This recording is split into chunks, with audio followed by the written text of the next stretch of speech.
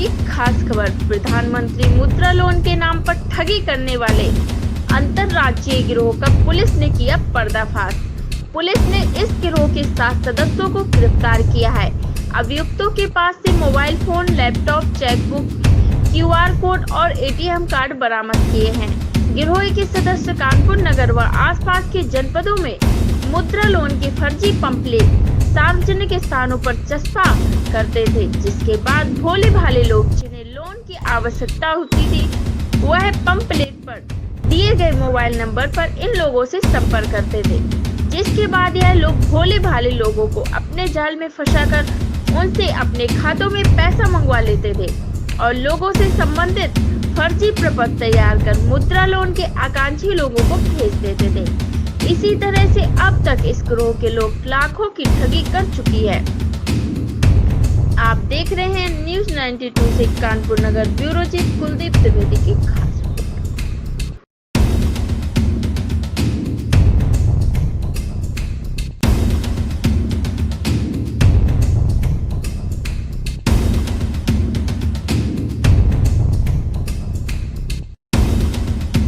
Phone तो उठा नहीं रहे उस नंबर पे।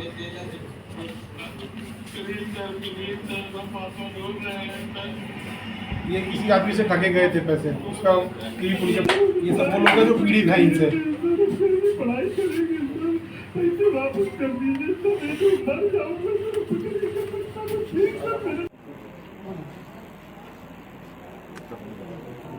बोलो सर, किस मामले में किन लोगों को गिरफ्तार किया? एक चौबेपुर से हमारे पास एक शिकायत आई थी, जिसमें कुछ ग्रामीणों के द्वारा बताया गया कि उनके क्षेत्र में एक इश्तिहार चिपका हुआ है जिसमें सस्ते दरों पर प्रधानमंत्री मुद्रा लोन दिलाने की बात कहकर लोगों से ठगी की जा रही है। इस पर हमारी सर्विलांस, SWAT और साइबर क्राइम टीम ने संयुक्त रूप से काम किया, तो जो तथ्य प्रकाश में आए वो बहुत ही चौंकाने वाले थे। ये एक गैंग है जो लगभग पिछले 1-1.5 साल से ऑपरेशनल है और इनके द्वारा यूपी के अलग अलग ज़िलों में, अलग अलग शहरों में इश्तिहार लगाए हुए हैं, पोस्टर लगाए हुए हैं, जिसमें ये मुद्रा लोन दिलाने के लिए लोगों को लुभाते हैं।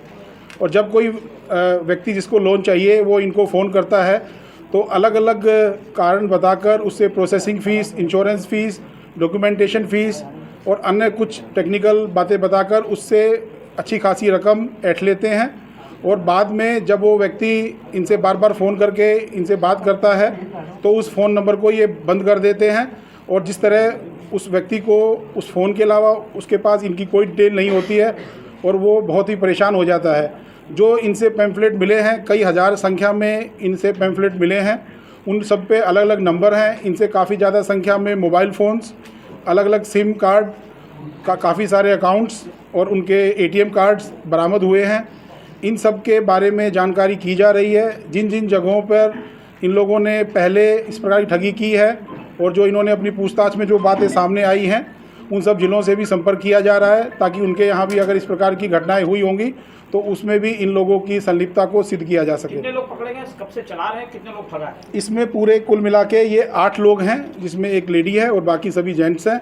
ये सभी लोग कल्याणपुर में इनका ऑफिस था और वहीं पे रहकर ये सब लोग अब टेलीकॉलिंग करते थे और लोगों को प्रलोभन देकर लोन के नाम पर लोगों को ये ठगते थे। कब से चला रहे हैं, कितने लोग? ये लगभग 1 से 1.5 साल इनको ये कार्य करते हो गया और शुरू में इनका कहना था कि इतने ज़्यादा लोग इनकी बातों में नहीं आते थे, लेकिन समय बीतते बीतते इन्होंने अपने उसको और पुख्ता किया, अपनी स्ट्रेटजी को, अपने तरीके को, और काफ़ी संख्या में लगभग 200 से ज़्यादा लोगों को आज तक ये ठग चुके हैं।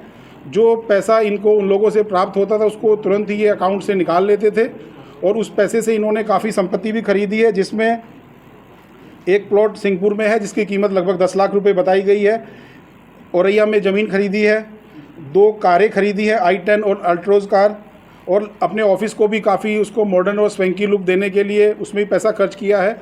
और जितने लोग भी इस कंपनी में कार्यरत हैं उनको ये अच्छी तनख्वाह देते थे ताकि कोई भी उसमें किसी वजह से भी इनके काम को छोड़े ना और उस लालच के कारण उसमें वो काम पे लगा रहे। क्या प्रशासन के लोग, जो लोग आते थे, इन्होंने बताया कि प्रशासन से नहीं पूछते थे, वहाँ से किसी टाइप करते थे, लोग अपना इंटरनेट पे देखते थे, नहीं लोन वगैरह हुआ कि नहीं? ये ज़्यादातर जो इनका, जिन लोगों को इन्होंने ठगा है वो बिल्कुल देहात के लोग हैं, भोले भाले लोग हैं, जिनको इनके पोस्टर पे यकीन था और जिस तरह से ये फ़ोन पे बात करते थे, जो हमने आपके साथ ऑडियो क्लिप भी शेयर की है, वो उनकी बातों में आकर और जो प्रोसेसिंग फ़ीस के नाम पे ये छोटे अमाउंट लेते थे और बहुत ही कम अमाउंट लेते थे एक बार में, और राउंड फिगर में ना लेकर 1790, 9850 इस प्रकार लेते थे, तो लोगों को लगता था कि ये सब प्रोसेसिंग के नाम पे पैसे और हमें जल्दी ही लोन मिल जाएगा। आपने इनको पकड़ा है, मानिए ग्रामीण क्षेत्रों में प्रधानमंत्री मुद्रा लोन बढ़ रहा है, लोग अगर सतर्क होना चाहें तो कैसे बच सकते हैं इस तरह के? मीडिया के माध्यम से, आपके माध्यम से मेरा सभी लोगों से यही अपील है कि इस प्रकार का अगर कोई भी